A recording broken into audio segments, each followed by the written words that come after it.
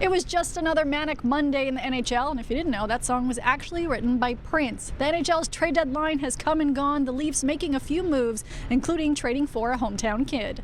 Beating my hometown is obviously a huge bonus, but to be able to come to a team that has a real good shot at obviously making some damage or creating some damage in playoffs is something I'm really excited about.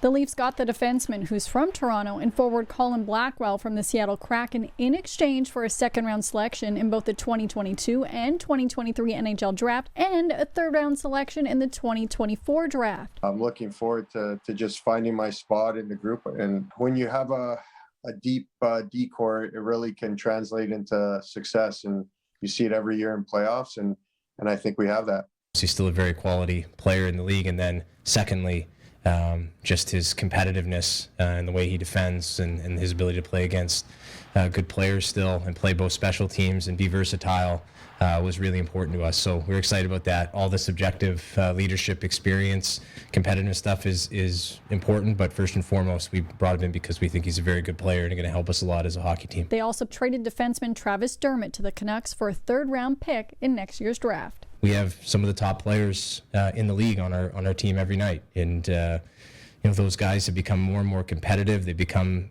great two-way players in addition to just scoring, and sometimes that gets lost in the ups and downs of the year, but that's what we come in with every night. And I think the way that those players have matured, Austin, Mitch, William, Morgan, then you add Giordano and Blackwell to it, just in terms of the competitiveness of the group is what makes me excited about the next stretch into the playoffs. The goaltending situation with the Leafs was not addressed at this trade deadline. So what fans I know are wondering, and they've been tweeting all day, is the moves that the Leafs did make, is this going to help them try to get past that, first round playoff drought that we've been talking about for years?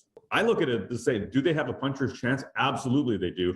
You have the most lethal goal scorer in the NHL right now. But if I'm looking at team versus team, depth versus depth, strong points versus strong points, you have to look at the Florida teams and say it's going to be tough to get at a first round matchup, whether it's the Panthers or the Tampa Bay Lightning.